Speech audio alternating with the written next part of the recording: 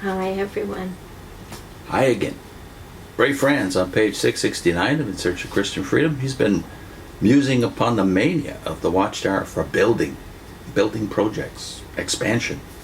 And then he goes on to say, having worked at the international headquarters for 15 years and having served on the governing body for 9 of those years, there's no question in my mind that the leadership has a virtual compulsion to be continually acquiring property and building new structures, that they draw from such physical expansion not merely a sense of strength, but a reassurance of their unique position in the world as God's channel. I also have no question, based on those same 15 years there, that in terms of what is actually produced, whether in literature or written communications or any other product, this could be accomplished far more efficiently by other organizations and with but a small fraction of the staff and holdings used by the Watchtower organization. The program of physical expansion in property and number of workers embarked on almost seems to feed on itself and generate a self-perpetuating need for more and more of the same. Since it is indeed impressive, and since the organization equates physical expansion with spiritual prosperity and blessedness, and since witnesses provide the money needed, this unending acquiring and building has never been unwelcome to the leadership. And then he refers us to the appendix of this book where there's more details on the Watchtower's building program. As did ancient Israel, Jehovah's Witnesses attend 3 sacred, by their definition, assemblies a year,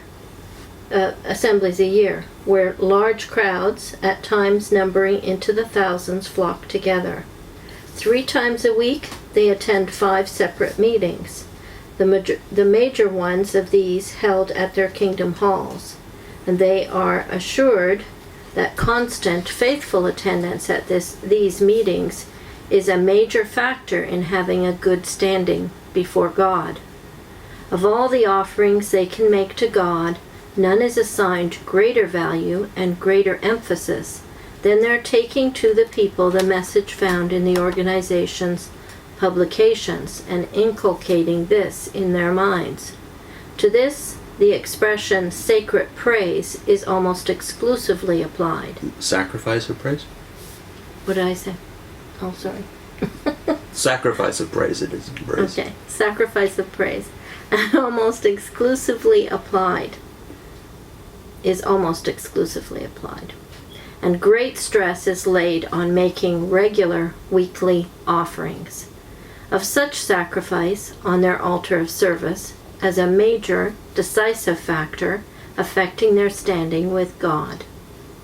That was too long, that sentence. Okay. And the vast majority are drawn to all this by the constant picture held out to them of all manner of physical material rewards awaiting them in a near-at-hand paradise if they give their unstinting support to these things. After being immersed in such an atmosphere for any period of time, what would be the effect on these persons if they were to be transported not into the physical surroundings, but into the kind of religious life lived by the early Christians? I think the vast majority would find the change as difficult as did those to whom the letter of Hebrews was addressed. They would find it difficult to accept the remarkable simplicity of that religious life, its lack of virtually any physical material impressiveness, its calling for faith that draws its strength from the unseen, not from what is seen, from what is eternal and not from what is temporal or transitory. The apostle emphasized the difference in saying, we walk by faith, not by sight. That's 2 Corinthians 5, verse 7. I believe this is at least one of the reasons why, when separating from the Watchtower organization, many persons feel that they should search for something that offers similar things, not the same doctrines, but something that has some numerical strength, having special places where distinctive forms of religious service are carried on. Many seem unable to feel a sense of personal identity without belonging to a system, to some organization with visible, tangible features identifying it. They also feel they must be doing something, meaning some type of activity, that is different, distinctive. They still retain the outlook advanced by the Watchtower that service to God is sacred only if it involves what is out of the ordinary. They fail to see that Christianity changed people's lives, not primarily by changing what they normally did from day to day, but primarily by virtue of giving a new meaning to all that they did, giving a different quality, a different spirit, a different motivation to all their activities. We've said it in a prior video or two that we seem to see in Ray a pendulum swing to the extreme, from extreme organization to extreme simplicity. And that in effect he's forgetting, although he's already mentioned it in the book, that the early Christians, the Jewish Christians for the first generation, went right on doing their Jewish stuff. But they added to that Christian distinctives, things that were out of the ordinary, as he puts it. So they would actually be going to more meetings than they went to before, because now they had one meeting that was very simple, where they took communion. That was a simple meeting in a home. Breaking bread from house to house, as the Watchtower puts it in Acts chapter 2. But their character so changed that I think they were stronger in their sense of community with each other, but also with the Jewish community. Yeah. They took it more seriously. I think they became more devoted, because it talks in Acts 2 about this generosity that was visible to everyone. You know, taking care of the people, not just themselves, but all the people in the community that were widows or in need. So it wasn't just a change of individual lives or family lives. It was visible because they were more committed, visibly more committed than their fellow Jews. Yeah. And Acts adds the detail that they were in attendance not only in their house-to-house fellowships daily, but at the temple worship daily. And another point is that they would be listening to the Bible, the scripture. They'd be hearing the scriptures together in community with the Jews at their meetings.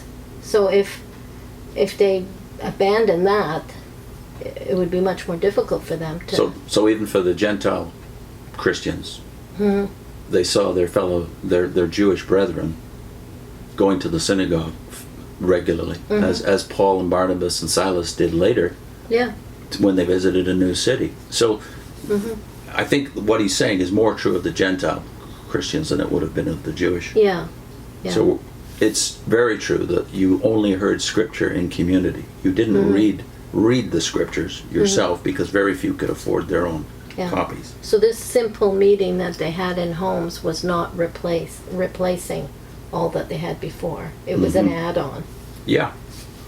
So we're going to link on your screen that video on chapter 2 of Acts, the 7 characteristics of the Christian community or congregation back in the Pentecostal period.